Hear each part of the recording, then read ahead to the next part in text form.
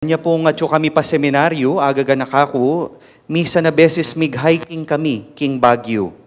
At metong po kareng peka buri kong gagawan, balang mag-hiking kami, apinitang mag-impaki. Dala mo pa, lawen mo nung nanula ring gamitan mo, at pikasya mo la, King Bag mo. Pero bayo kaya po meko King Baguio, ikit ko la rin kaya beko ding bagdas na lamong pangalati. Ing bag ko po, maragulya, halos kapit na ako ne. Pansinan ko, sabi ko, pangalati da rin eh. Pero sabi ko naman kay sarili ko, pigtanggol ke, at least atsyungan ka na ako yung kailangan ko.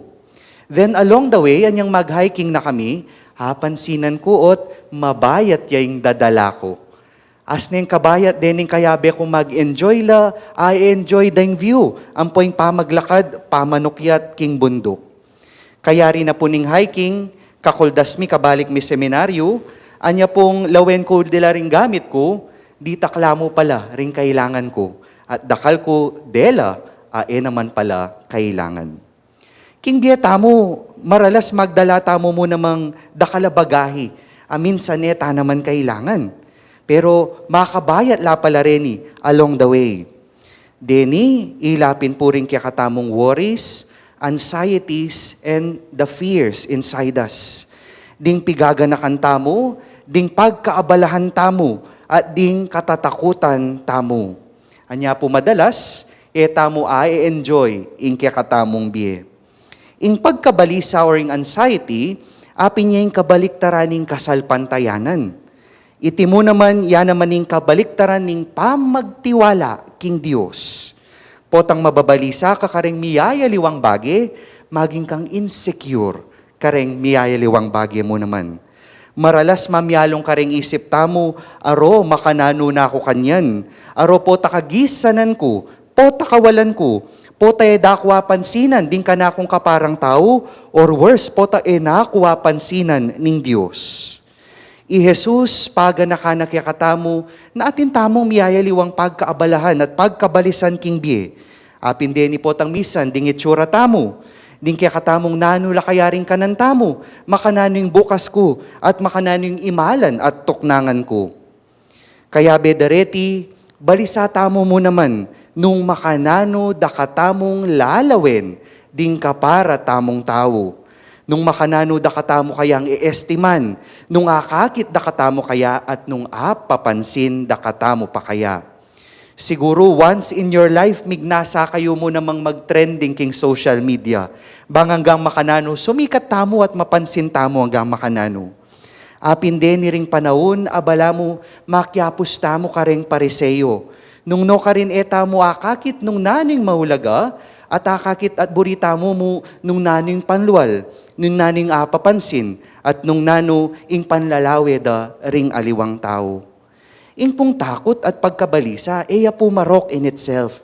Pero agkata nakatamo ning Diyos na lumampas tamo, karening takot tamo nga reni.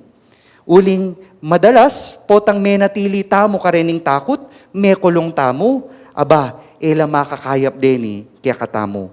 So makanano po yung gawan tamo bang kanita, makalampas tamo, karening takot at pagkabalisa king bieta mo.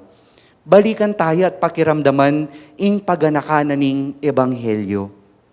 Balikan mo ing kekang ulaga. Balikan mo nung makanano ka kaulaga, arapan na ning Diyos. Nga na po king ebanghelyo, alamang metong ang adenas ing mabating king panimanman ning Diyos. Patipin, ding buwak tamo po kanu, makabilang la, balo no kabilangan ning Diyos. Pota pong panamdaman tamo ing mag-worry tamo.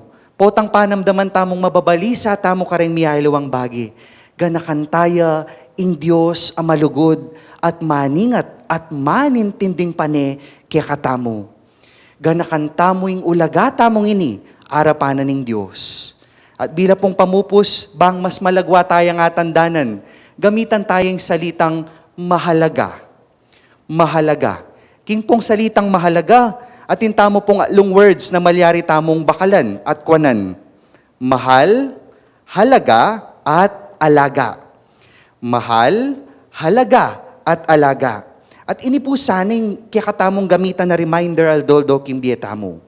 Mahal ako ng Diyos, ito ang aking halaga, kaya nga aalagaan ko ito, ang aming relasyon. Mahal ako ng Diyos, ito ang aking halaga, at gagawin kong lahat para alagaan ito. Kaluguran kong kapatad, potang mababalisa ka, potang migaganaka ka, potang mai-insecure ka, potang dadalan kang takot, ganakan mo, mahalaga ka sa mata ng Diyos. Pabustan mong kumablas ing paganakaning Diyos kaya katamong yeningaldo, maulaga ka karing mata ko. Para etaya kalingwan, remember, mahalaga. Mahal, halaga, alaga. Mahal ako ng Diyos, ito ang aking halaga, at gagawin ko ang lahat para alagaan ito. Amen.